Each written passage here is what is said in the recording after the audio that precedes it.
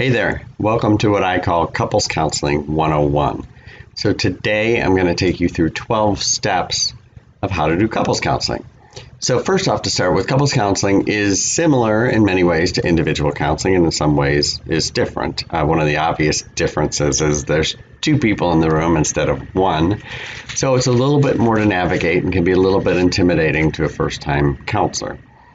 So rest assured, I'm going to break down these steps, easily manageable ways that you can approach it, or at least have an outline to approach it. So when you think of counseling individual, if somebody was going to give you a tutorial on individual counseling, which you've done, there's many ways it could go. And if there were 12 steps, those steps could be varied, different depending on the context of the individual person's life and what their challenge is. And the same with couples. So it can vary a little bit, but I'm going to give you some general guidelines. So with that, let's get started. So step number one is similar to individual counseling. It's rapport. You want to build rapport with the couple. So this begins with the initial contact. So ordinarily, it's going to be one of the people contacting you, either by phone or email or text. So you've developed somewhat of a relationship with that person through your initial contact.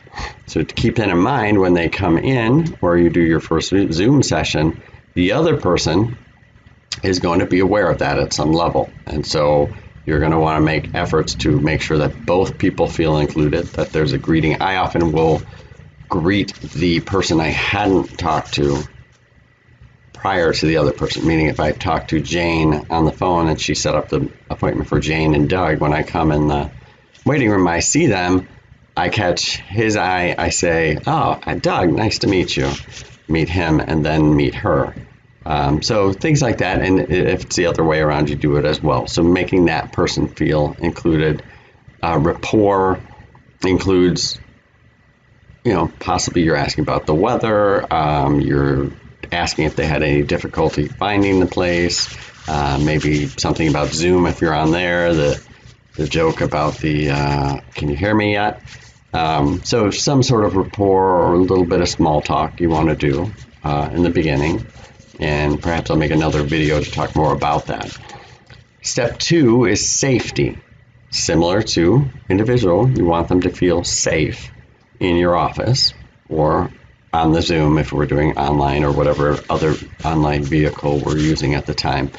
So safety includes the arrangement of your office. To keep in mind, some people have a thought about they want to be able to see the door. So if you set up your room in a way where they're facing away from the door, sometimes people will feel, especially if they have anxiety issues, that might be upsetting to them. So you want to arrange your office in a way that the door is accessible, that if somebody feels the need to leave the office, they can, which is important in couples counseling too. Sometimes one person, actually happens more than sometimes, one person might get upset at a certain point, and if their conflict style is escape, is flee, so to speak, they might want to leave the office. So it's important early on when you're establishing groundwork and rules for the session that you talk about. It's okay if one of you feels a certain way. You can go out, take a walk, even walk out in the lobby, get a drink of water,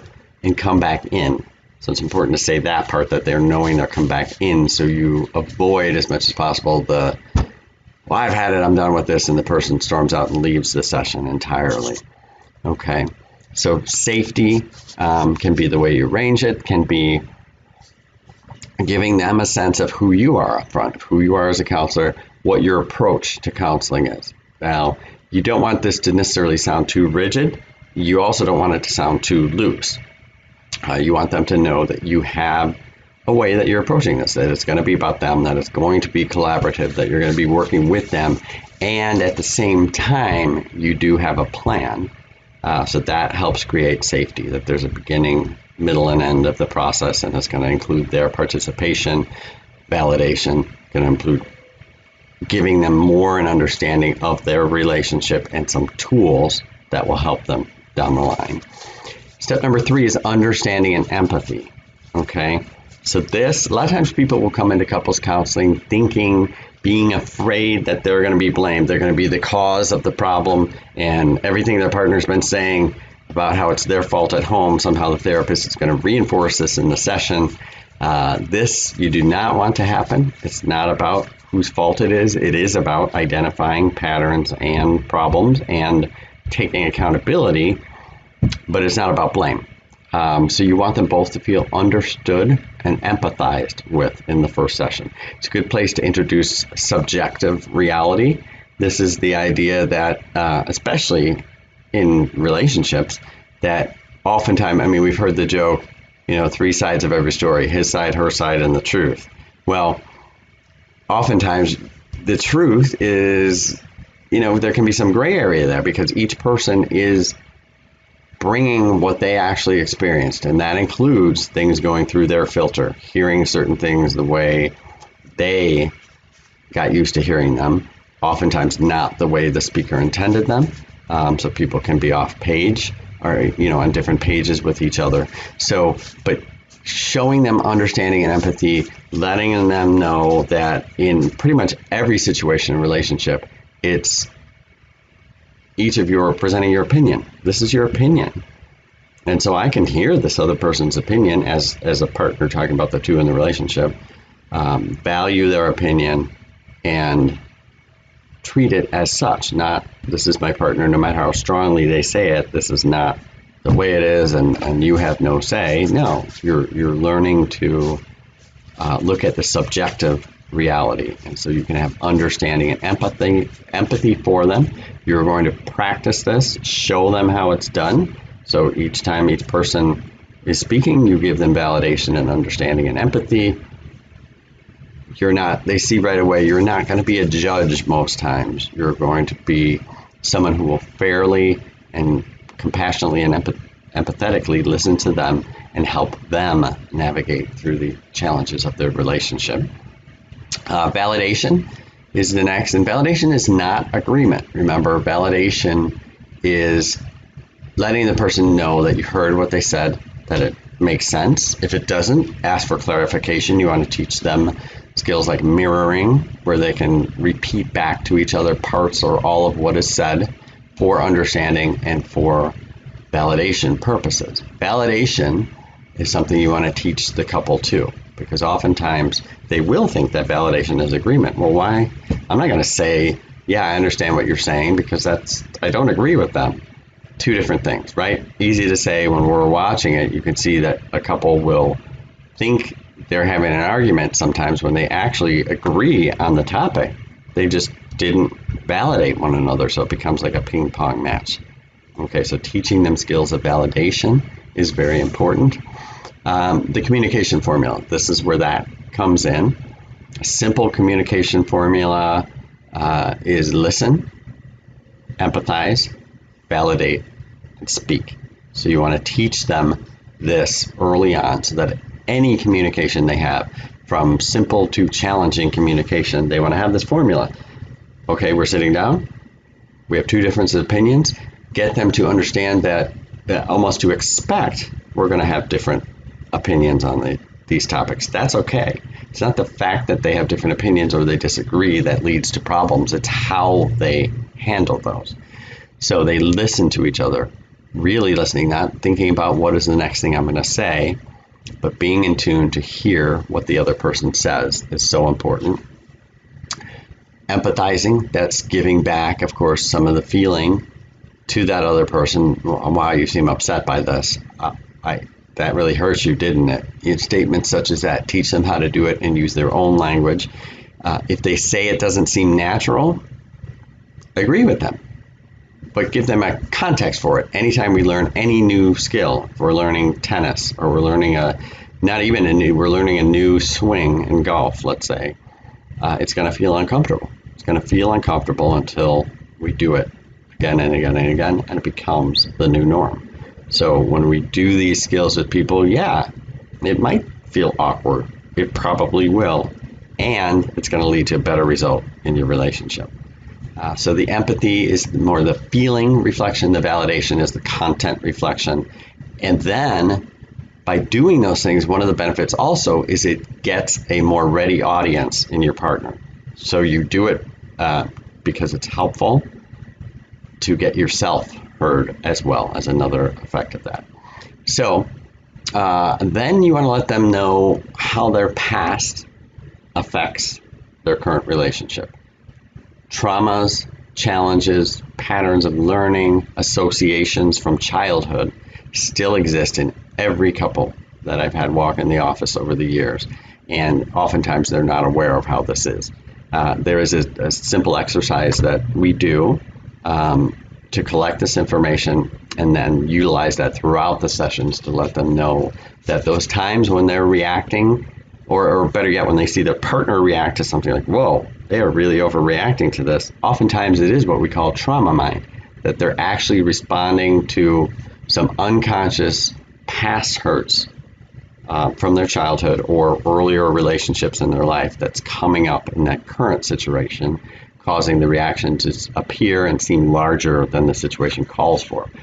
Understanding where this comes from, how it actually works, is so important to couples, because the same places where they once thought, why is this person who loves me keep trying to hurt me, they can now see with more compassion and understanding and find a solution and a better way to do it.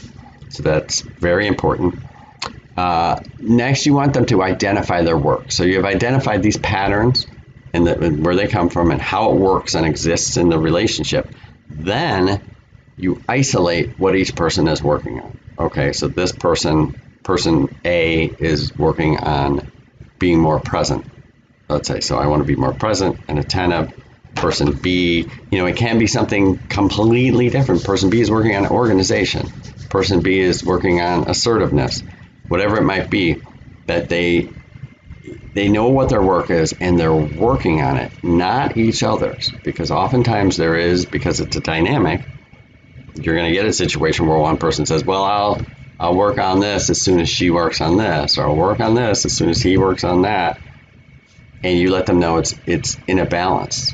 So it's not going to, if you're waiting, it's not going to happen. One person has to take that step. So you have to trust and let go that if you do your work, that the other person will do theirs also. And if the other person doesn't, you get to a different realization. It might not be the one you want, but you find a truth there. And the good thing about this, doing the work, is almost always, I'd like to say always, is that their work in the relationship is part of their work of being their best self anyway. So even in situations, if the relationship in the long run doesn't work out, say one person doesn't do their work or says they'll do it but doesn't do it, which, by the way, is pretty much the only way it doesn't work out, is if one or both people don't do their work. Okay? But even in that case, the person who is doing the work will become more self-actualized and a better version of their self. And this they will carry with them into their next relationship. So in that sort of way, it's a win-win. Practice. Next is practice. You have to practice these things in the session. They have to practice outside of session. Oftentimes, people believe that couples counseling, well, we go to couples counseling. That's what we do to work on our relationship. That's not enough. It's not enough to come once a week or even twice a week to just talk about the concepts or identify these things. They have to practice the new communication tools. They have to practice doing their work of being more organized, being more mindful, choosing their words more carefully, being more empathetic, listening better, whatever it might be, being more assertive, sharing more, opening up, whatever it might be, whatever their work is, they have to practice it regularly. And what you talk about in session is practicing it, telling them to practice it, and also for them to recognize those behaviors. I often say you don't have to thank your partner for doing something that you feel like they should do anyway. Say, one person leaves their underwear on the floor every day and finally they start picking it up. Well, I'm going to thank them because they should be doing it anyway. We could argue about that, but better yet is don't thank them. But you can't appreciate it.